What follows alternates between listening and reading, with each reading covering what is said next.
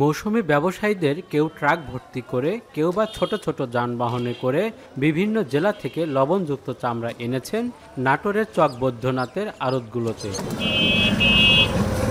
ব্যবসায়ীরা জানান, চাঁপাইনবাবগঞ্জ, রাজশাহী, নওগাঁ, কুষ্টিয়া সহ ৮ থেকে ১০টি জেলার লবণযুক্ত কাঁচা চামড়া আড়তে প্রবেশ করেছে। আগামী বুধ বৃহস্পতিবার থেকে ঢাকার কোম্পানিরা আসবে, ওনারা আসলে পরে এর মধ্যে গরুগুলোও আসবে, গরুগুলো আসলে পরে গরুগুলো বেচাকেনা শুরু হবে আশা করছি আমরা। প্রতিদিন গরুর চামড়া মিনিমাম ২,০০০-৩,০০০ মতন কাছাকাছি আমদানি হচ্ছে।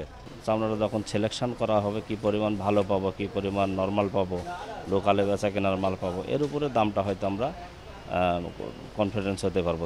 এদিকে হাটের প্রথম দিনে লবণযুক্ত গরু ও ছাগলের চামড়া বিক্রি হয়েছে ভালো দামে। কাঁচা চামড়ার চেয়ে বেড়েছে লবণযুক্ত চামড়ার দাম। এবারের ঈদে ছাগলের চামড়া সর্বনিম্ন ২০ টাকা থেকে সর্বোচ্চ ৫০ টাকায় কেনেন নাটোরের ব্যবসায়ীরা। এখন সেই চামড়াই তারা বিক্রি করছেন দ্বিগুণ দামে। এতে ন্যায্য দাম থেকে বঞ্চিত হয়েছেন এতিমখানা ও মাদ্রাসাগুলো।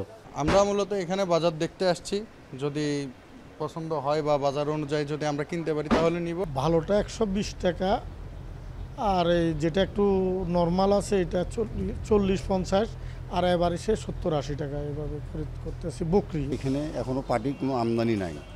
পার্টির আমদানি না থাকার কারণে কিছু ব্যবসায়িক আছে, ওনারা ৩০০ টাকা, খাসির চামড়া ৪০ টাকা, ৫০ টাকা দাম বলছে। প্রাথমিকভাবে স্থানীয়দের পাশাপাশি বেশ কিছু ফরিয়া ব্যবসায়ীরা চামড়া কিনছেন। বিভিন্ন জেলার আশা করা যায় আনুমানিক প্রায় ৩৫টা জেলার থেকে ইনশাল্লাহ ৩ লক্ষ থেকে ৩.৫ লক্ষ পিস গরুর চামড়া ইনশাল্লাহ আমদানি হবে।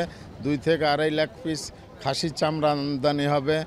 এখন ইতিমধ্যে মোটামুটি ঢাকা থেকেও খরিদ্দারের আসা শুরু হয়েছে। এবার ঈদের একদিনে ৪০ থেকে ৫০ হাজার পিস গরুর কাঁচা চামড়া এবং ২০ থেকে ২৫ হাজার পিস খাসির চামড়া সংগ্রহ করে নাটোরের ব্যবসায়ীরা। তবে পুরো মৌসুম ধরে ৬.৫ থেকে ৭ লাখ পিস গরু এবং ৪ থেকে ৫ লাখ পিস ছাগলের চামড়া সংগ্রহের লক্ষ্যমাত্রা নির্ধারণ করেছে ব্যবসায়ীরা। মাহবুব হোসেন, এখন নাটোর।